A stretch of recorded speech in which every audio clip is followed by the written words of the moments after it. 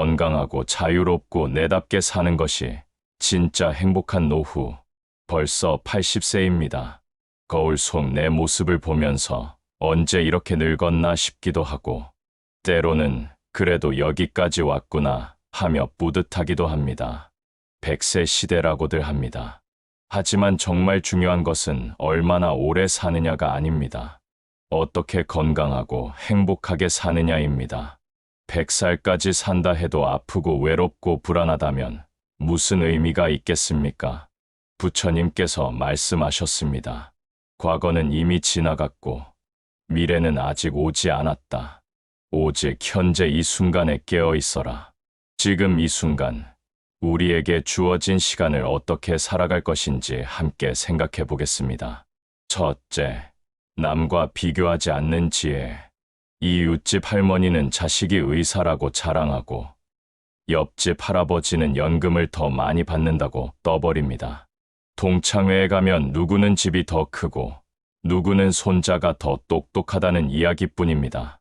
비교는 정말 불행의 고속도로입니다. 끝이 없어요. 아무리 잘 살아도 더 잘 사는 사람이 있고 아무리 건강해도 더 건강한 사람이 있습니다.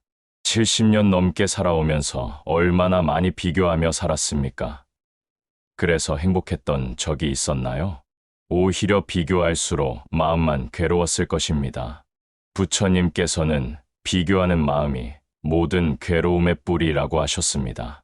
지금 당신이 숨을 쉬고 있습니다. 얼마나 고마운 일입니까? 아침에 눈을 뜰 수 있고 따뜻한 밥을 먹을 수 있고 사랑하는 사람들과 함께할 수 있습니다. 옆집과 비교하지 말고 작년의 나와 비교해 보세요. 작년에는 아팠는데 지금은 건강해졌다면 그것만으로도 얼마나 감사한 일입니까? 어떤 할머니는 이렇게 말씀하셨어요. 남의 떡이 더 커 보인다고 하지만 내 입에 들어가는 건 결국 내 떡이야. 내 떡이 작아도 달콤하면 그걸로 좋게. 그렇습니다. 남의 것이 아무리 좋아 보여도 내가 누리는 작은 행복이야말로 진짜 내 것입니다. 둘째, 현명한 경제관리의 지혜. 퇴직하고 나니 수입은 확 줄어드는데 병원비와 생활비는 오히려 늘어납니다. 그런데 많은 어르신들이 자식 걱정에 무작정 돈을 쓰십니다. 우리 아들 집 사준다고, 딸 애기 태어난다고.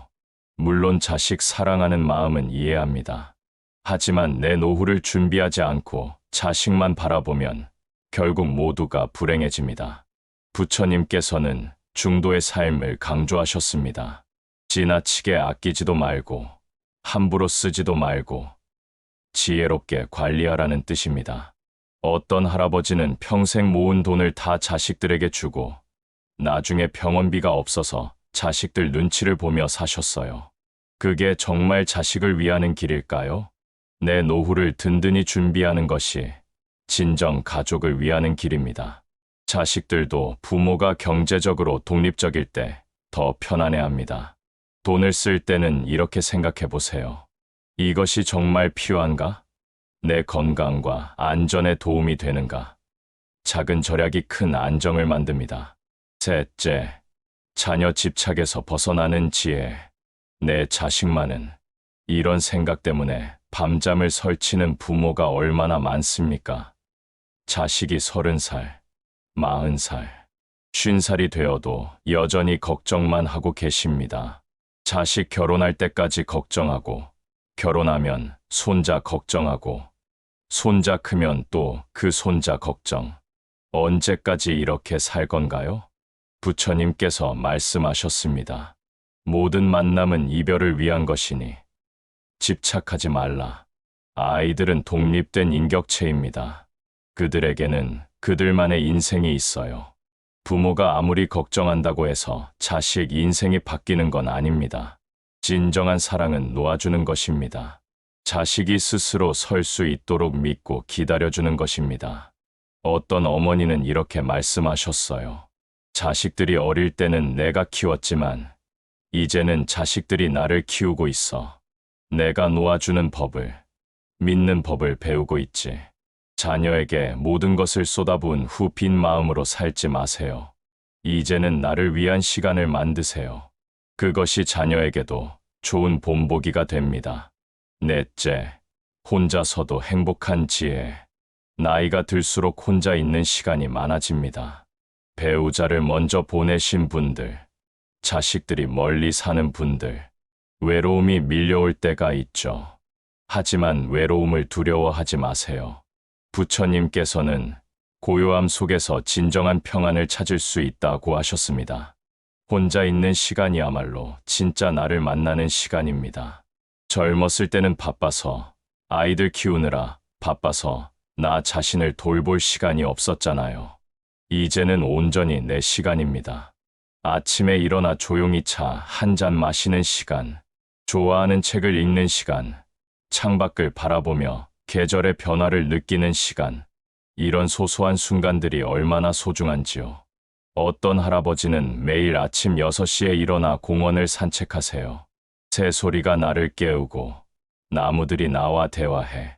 이렇게 좋은 친구들이 또 어디 있겠어 하시며 웃으셨어요. 혼자 있다고 외로운 게 아닙니다. 내 마음이 풍요로우면 혼자여도 충분히 행복할 수 있어요. 다섯째, 건강한 몸을 가꾸는 지혜.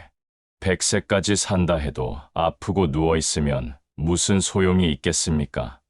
중요한 것은 건강 수명입니다. 부처님께서도 건강한 몸은 수행의 기본이라고 하셨습니다. 몸이 건강해야 마음도 평온해집니다. 80살이 되면 근육량이 확 줄어듭니다.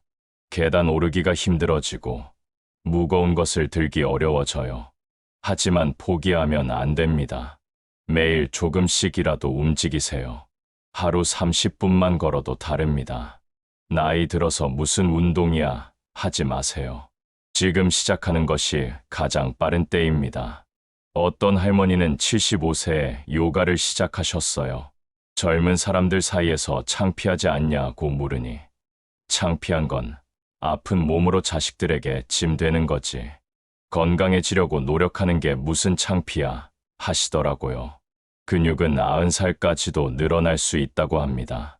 늦었다고 생각할 때가 가장 빠른 때입니다. 운동이 어려우면 집안일부터 시작하세요. 청소하고 빨래하고 요리하는 것도 다 운동입니다. 몸을 움직이면 마음도 함께 생기가 돕니다. 여섯째, 바른 자세로 품위를 지키는 지혜. 나이가 들면서 점점 등이 굽고 고개가 숙여집니다. 자세가 무너지면 건강도, 마음의 품위도 함께 무너집니다. 부처님의 좌선하시는 모습을 떠올려 보세요. 어떤 상황에서도 고든 자세로 위엄 있게 앉아 계시죠. 자세는 단순히 몸의 문제가 아닙니다. 자세가 바르면 호흡이 깊어지고 혈액순환이 좋아지고 소화도 잘 됩니다. 무엇보다 자신감이 생깁니다. 의식적으로 어깨를 펴고 고개를 들어보세요. 거울 앞에서 바른 자세로 서보세요. 10년은 젊어 보입니다. 걸을 때도 마찬가지입니다. 땅을 보며 구부정하게 걷지 말고 전방을 바라보며 당당하게 걸어보세요. 어떤 할아버지는 매일 거울 앞에서 오늘도 멋지다라고 말씀하신답니다. 농담 같지만 그 할아버지는 정말 80세가 넘었는데도 꼿꼿하고 품이 있으세요. 일곱째, 용서하고 내려놓는 지혜.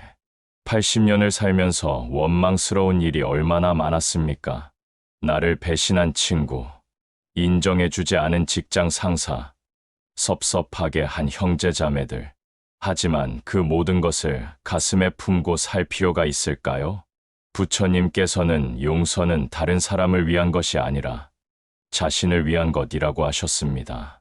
원망을 품고 사는 것은 독을 마시고 상대방이 죽기를 바라는 것과 같습니다.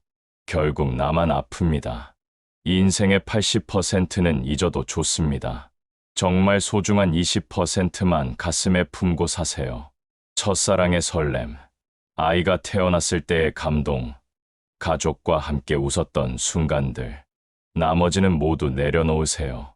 그런 일도 있었지 하며 흘려보내세요. 어떤 할머니는 원망하던 시누이와 화해하셨어요. 이제 얼마 안 남은 시간에 미워하며 살기 싫어서라고 하시더라고요. 화해하고 나니 마음이 얼마나 가벼워졌는지 모른다고 하셨습니다. 용서는 약한 사람이 하는 게 아닙니다. 진정 강한 사람만이 할 수 있는 것입니다. 마음에 평안을 주는 작은 습관들, 이런 큰 지혜들과 함께 일상에서 실천할 수 있는 작은 습관들이 있습니다. 아침에 일어나면 오늘도 새로운 하루를 주셔서 감사합니다 라고 말해보세요. 밤에 잠들기 전에는 오늘 하루 무사히 보내게 해주셔서 감사합니다 라고 감사 인사를 드려보세요. 식사하실 때는 천천히 음미하며 드세요.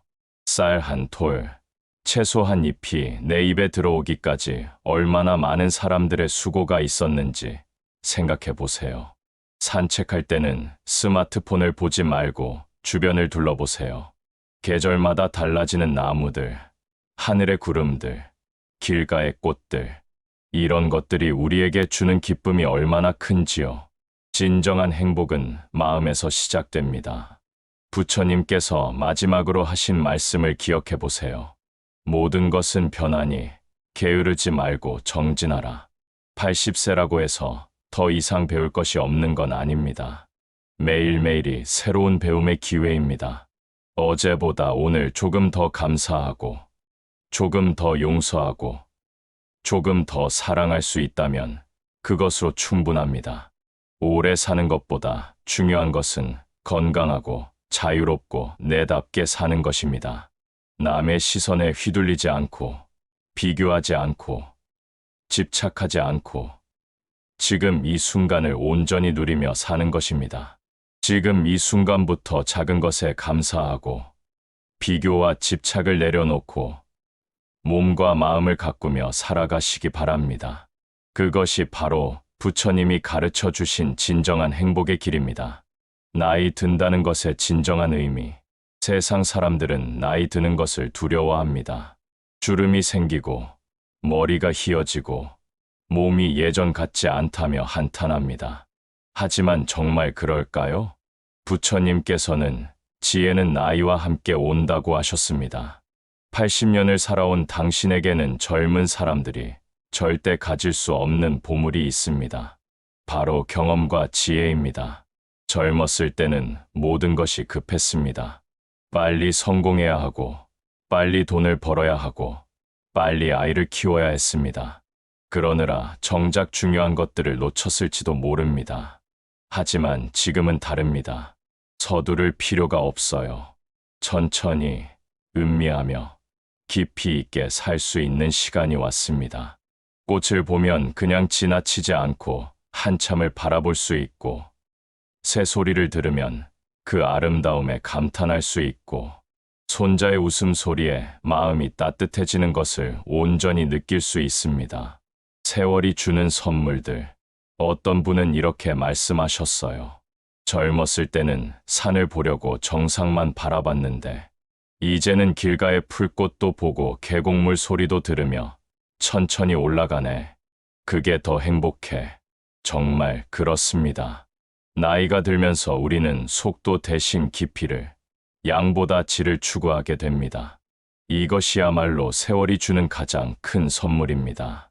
젊은 시절에는 해야 할 일이 너무 많았습니다.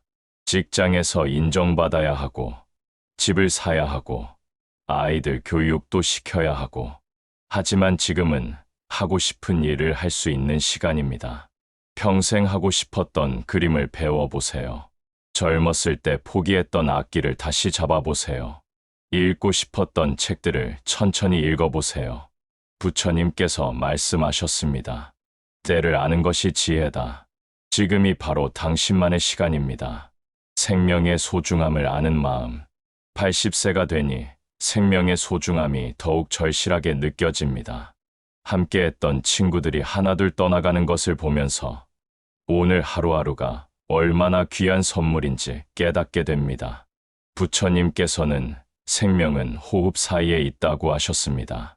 들숨과 날숨 사이, 그 짧은 순간에 생명이 있다는 뜻입니다. 그러니 오늘을 함부로 보내지 마세요. 아침에 눈 뜨는 순간부터 감사하며 시작하세요. 오늘도 눈을 뜰 수 있어서 감사합니다. 오늘도 사랑하는 사람들과 함께할 수 있어서 감사합니다. 오늘도 이 아름다운 세상을 볼 수 있어서 감사합니다. 감사하는 마음으로 하루를 시작하면 똑같은 일상도 특별해집니다. 지혜로운 어른이 되는 법. 나이만 먹는다고 어른이 되는 것은 아닙니다. 진짜 어른, 지혜로운 어른이 되려면 마음이 자라야 합니다.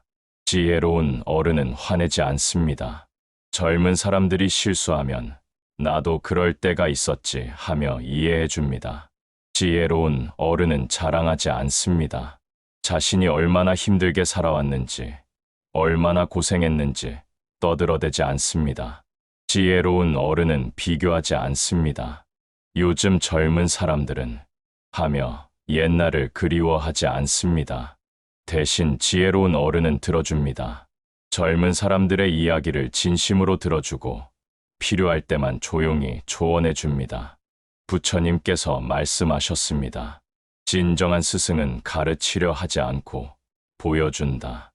우리의 삶 자체가 젊은 사람들에게 가르침이 될 수 있습니다. 어떻게 늙어가는지, 어떻게 평온하게 사는지, 어떻게 감사하며 사는지, 매 순간을 의미 있게 살기, 하루하루를 어떻게 보내느냐가 인생을 결정합니다. 똑같은 80세라도 어떤 분은 활기차고 행복하고, 어떤 분은 우울하고 불만투성이입니다. 차이가 뭘까요? 매 순간을 의미 있게 사는 사람과 그냥 시간을 때우는 사람의 차이입니다. 아침 산책을 나갈 때도 운동해야지 하며 억지로 나가는 것과 오늘은 어떤 꽃이 피었을까 하며 기대하며 나가는 것은 완전히 다릅니다. 밥을 먹을 때도 또 밥이네 하며 먹는 것과 이 쌀이 자라기까지 농부님이 얼마나 애쓰셨을까 하며 감사히 먹는 것은 다릅니다. 부처님께서는 모든 순간이 수행이다 라고 하셨습니다. 특별한 것을 하지 않아도 지금 이 순간을 온전히 살면 그것이 수행입니다. 물을 마실 때는 물의 시원함을 느끼고, 바람을 맞을 때는 바람의 시원함을 느끼고, 햇살을 받을 때는 햇살의 따뜻함을 느끼세요. 이렇게 사는 것이 진정 살아있는 것입니다. 마음의 정원 가꾸기. 80년을 살면서 마음에 쌓인 것들이 많을 것입니다. 좋은 기억들도 있고, 아픈 기억들도 있겠죠. 마음을 정원이라고 생각해 보세요. 아름다운 꽃들도 있지만 잡초들도 자라 있을 것입니다. 이제는 잡초들을 뽑을 때입니다. 원망, 후회, 미움, 시기, 이런 잡초들이 마음의 정원을 망치고 있다면 과감히 뽑아버리세요. 대신 감사, 용서, 사랑, 평안, 이런 아름다운 꽃들을 심으세요. 부처님께서는 마음이 모든 것을 만든다고 하셨습니다. 마음이 평안하면 세상이 평안해 보이고, 마음이 감사하면 모든 것이 감사할 일로 보입니다. 다음 세대에게 물려줄 유산, 돈이나 재산도 중요하지만 진짜 중요한 유산은 따로 있습니다. 바로 어떻게 살아야 하는지에 대한 본보기입니다. 자녀들과 손자들이 할아버지, 할머니를 보면서 나도 저렇게 늙고 싶다고 생각할 수 있다면 얼마나 좋겠습니까? 원망하며 사시는 모습보다는 감사하며 사시는 모습을, 비교하며 사시는 모습보다는 만족하며 사시는 모습을 보여주세요. 젊은 사람들에게 가장 큰 선물은 늙는 것도 이렇게 아름다울 수 있구나 하는 깨달음입니다. 부처님께서 마지막으로 하신 말씀을 다시 한번 기억해 보세요. 모든 것은 변하니 게으르지 말고 정진하라. 80세라고 해서 더 이상 성장할 수 없는 것은 아닙니다. 죽는 순간까지 우리는 더 자비로워질 수 있고, 더 지혜로워질 수 있고, 더 평안해질 수 있습니다. 지금 이 순간부터 시작하세요. 비교하지 말고, 집착하지 말고, 원망하지 말고, 건강하고 자유롭고 내답게 사세요. 그것이 바로 부처님이 가르쳐 주신 진정한 행복의 길이고, 여러분께 주어진 가장 큰 축복입니다. 여러분의 남은 인생이 꽃처럼 아름답고 향기롭고 사람들에게 기쁨을 주는 시간이 되기를 부처님께 간절히 기원합니다.